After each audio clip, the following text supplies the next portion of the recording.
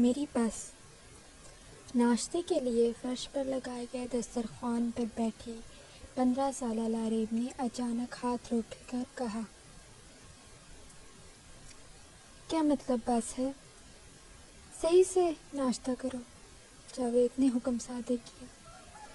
ابو بھوک نہیں ہے۔ کیسے لگے گی بھوک؟ پورا دن اسکول میں نہ جانے کیا کیا گن بلا خرید کے کھاتی رہتی ہو، 2 نوالے بھی نہیں لیے اور بھوک ختم؟ چپ چاپ بیٹھ کر سارا پراٹھا ختم کرو۔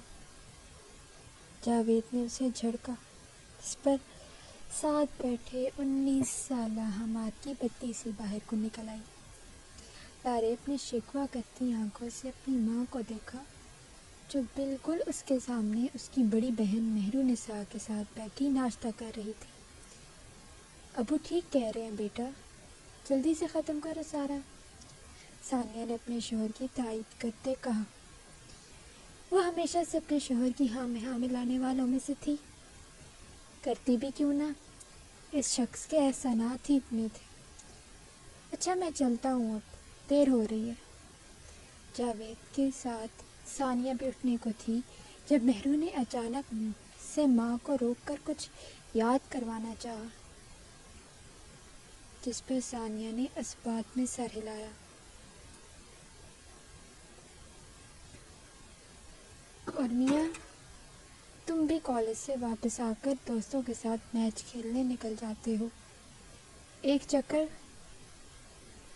دکان کا بھی لگا لیا کرو، 100 کام ہوتے ہیں کرنے کو، اور میں اپنے بیٹے کے ہوتے ہوئے غیروں کا منہ دیکھ رہا ہوتا ہوں۔ جاتے جاتے اس نے حماد کو بھی سنا ڈالی۔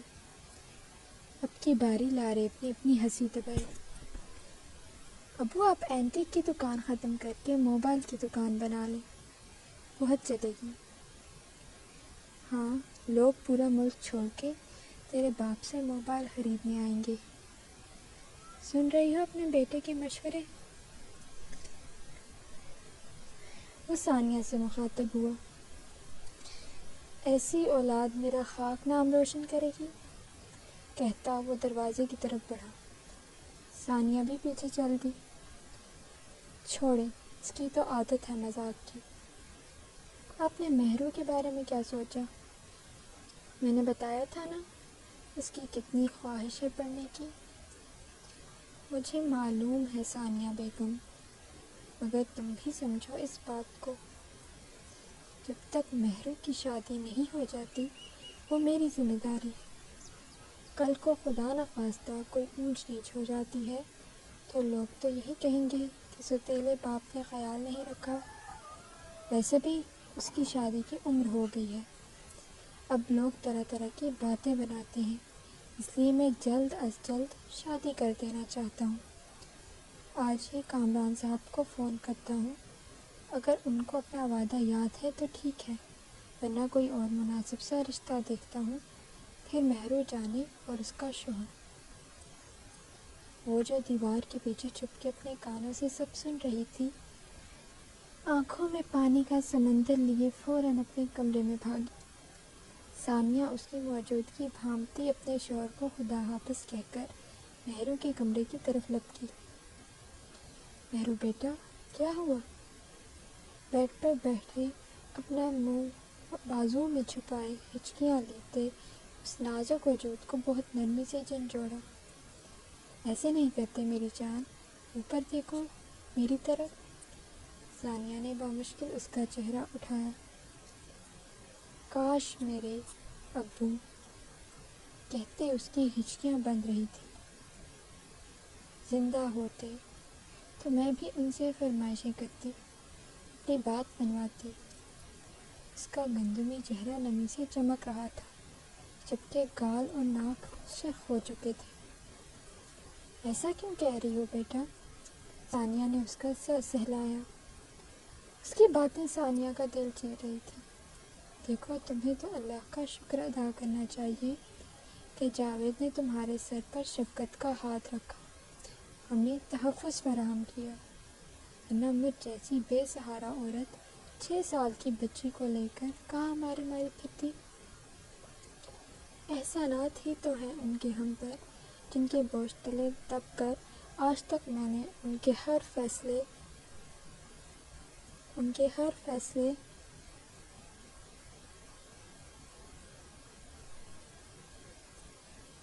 کو تسلیم کیا، کبھی کوئی شکوہ نہیں کیا کہ کہیں وہ مجھے بوجھ نہ سمجھیں۔ مہرو نے کبھی بھی اپنے دل کا حال اپنی ماں کے سامنے بیان نہ کیا تھا، لیکن آج نہ جانے کیوں اس کا دل بھر آیا تھا۔ بس میری جان، اس کی کمر سے لاتی ثانیہ نہایت دکھ سے بولی، تمہاری ماں تمہارے ساتھ کوئی زیادتی نہیں ہونے دے گی، فکر مت کرو۔ کالے رنگ کی رینج روور کی آواز جیسے ہی سنائی دی، جدید طرز پر بنا سیاہ رنگ کا وسیع گیٹ کھل گیا۔ گیٹ پر کھڑے گارڈز بھی چوکس ہوئے۔ رینج روور کے پیچھے گارڈ سے بھری کالی ویگو بھی اس 100 کنال پر مشتمل وسیع و عریض محل نما مینشن میں داخل ہوئی۔ ایک طویل سڑک عبور کرتے وہ گاڑی محل کے داخلی دروازے کے سامنے رک گئی۔ ڈرائیور نے اتر کر گاڑی کا دروازہ کھولا تو ایک ملازم بھاگتا ہوا آیا کہ اس کا بیگ تھامے۔ بیگم صاحبہ گھر پہ ہیں؟ گاڑی سے اترتا 51 سالہ کامران احمد خان گرے رنگ کا 3 پیس پہنے آج بھی نوجوانوں جیسی خوبرو شخصیت کا مالک تھا۔ جی صاحب، اس کا لیپ ٹاپ کا بیگ تھامے ملازم انتہائی عاجزی سے 2 الفاظ کہہ گیا، ٹھیک ہے، میرا سامان روم میں رکھوا دو، کہتا وہ اندر داخل ہو گیا۔ کامران آج ہی اپنے بزنس ٹرپ سے اچانک ضروری کام کے سلسلے میں واپس لوٹا تھا، ورنہ اس کا امریکہ میں 1 ہفتہ مزید قیام کا ارادہ تھا۔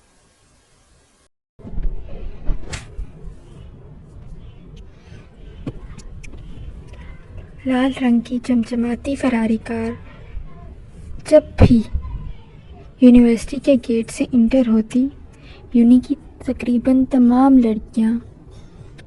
لڑکیوں کی گردنیں اس کا دیدار کرنے کے لیے مڑتی۔ اپنے ڈپارٹمنٹ میں تو وہ ایک شہزادے کی طرح تھا، جس پر کوکب کی سب پریاں عاشق ہوں، ہوتی بھی کیوں نہ۔ اونچا لمبا قد، شہد کی طرح گولڈن بال اور اسی رنگ کی ہلکی ہلکی داڑھی، شہد رنگ کی موٹی خوبصورت آنکھیں، گوری چمڑی، گلابی ہونٹ اور چوڑا سینہ۔ اس کے خاندان کا جو بھی فرد اسے دیکھتا، یہی کہتا کہ اپنے دادا شاہ نواز احمد خان کی شکل ہے، جبکہ قد کاٹ تو ان کے خاندان کے سب مردوں کا ایک ہی جیسا تھا۔ ہاں، سائم کوئی روایتی پٹھان نہیں تھا، بلکہ انتہائی لبرل اور ماڈرن پٹھان تھا، جس کے آگے پیچھے سلیو لیس نائٹ جینز پہنے ایلیٹ کلاس کی لڑکیاں گھومتی تھیں۔ کچھ تو اس کے دل پھینک طبیعت کا بھی قصور تھا کہ ہر نئی آنے والی خوبصورت لڑکی کے ساتھ اس کا چکر چل جاتا، اور کچھ اس کا امیر ہونا بھی کہ اس کی ایکس گرل فرینڈز بھی اس سے ابھی تک دوستی رکھے ہوئے تھیں۔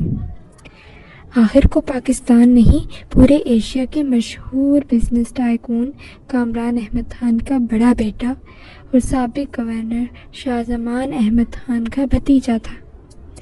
احمد اس کے پردادا کا نام تھا، جو پاکستان بننے کے ٹائم سے کپڑے کی تجارت کرتے آ رہے تھے، جس کی بدولت آج ان کا خاندان ایشیا کی سب سے بڑی ٹیکسٹائل کمپنی کا مالک تھا۔ احمد خان کے 3 بیٹے تھے۔ بڑا احسان احمد خان ایک منجھا ہوا پڑھا لکھا سیاستدان تھا، اپنے دور میں صوبائی وزیر بھی رہ چکا تھا۔ درمیانہ جمال احمد خان جائیداد میں سے اپنا حصہ لے کر اپنے بیوی بچوں کے ساتھ انگلینڈ مائیگریٹ ہو گیا تھا، جبکہ سب سے چھوٹے شاہ نواز احمد خان نے باپ کے ڈوبتے کاروبار کو سہارا دیا، جس کو کامران احمد خان نے مزید پروان چڑھا دیا۔ سائم تھوڑی دور سے بھورے گھنگریالے بالوں والی لڑکی نے آواز لگائی، کہاں رہ گئے تھے تم؟ You know it very well کہ میم نازش کتنی نکچڑی ہیں۔ Now she is not going to improve your grades at all. سبز آنکھوں والی اس خوبصورت لڑکی نے اسے جھڑکا۔ جس پر آدھی یونیورسٹی کے لڑکے مرتے تھے، پر اپنی خوبصورتی اور اسٹیٹس کے غرور میں وہ کسی کو گھاس بھی نہ ڈالتی۔ ڈونٹ وری، ان کو ڈیل کرنا مجھے آتا ہے، لاپرواہی سے کہتا آگے بڑھا۔ وہ ہمیشہ سے کسی چیز کی ٹینشن نہیں لیتا تھا۔ سائم خان اپنی زندگی کھل کر جینے والے لوگوں میں سے تھا، جن کو اپنے آنے والے کل کی کوئی فکر نہ ہو، اس لیے سب کچھ آج اور ابھی تھا۔ کیا میں جان سکتی ہوں کہ ایسی کون سی جادو کی چھڑی ہے تمہارے پاس جو میم نازش کو تم منا لو گے؟ میرے خیال میں تو تم یہ سبجیکٹ ریپیٹ کرنے کی تیاری کرو۔ گلابی گالوں والی وہ گوری سی لڑکی باربی ڈال لگتی تھی دیکھنے میں، مگر سائم کو اس میں کوئی دلچسپی نہ تھی۔ وجہ یہ تھی کہ وہ دونوں بچپن سے ساتھ کھیل کود کے بڑے ہوئے تھے، اس لیے ان کا پیار اور لڑائی بالکل بہن بھائیوں والا تھا۔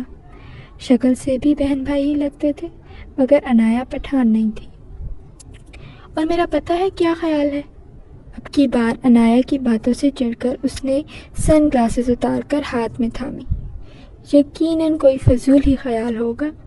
اس کے جواب کو بھانپتے انایا نے حملے میں پہل کی۔ تمہارے لیے بہت مفید ہے، تم بس میرے بارے میں اتنا سوچنا چھوڑ دو، کہتا وہ دوبارہ گلاسز چڑھائے پراعتمادی کے ساتھ پلٹ گیا۔ ایڈیٹ، اس کے بارے میں کیوں سوچنے لگی بھلا؟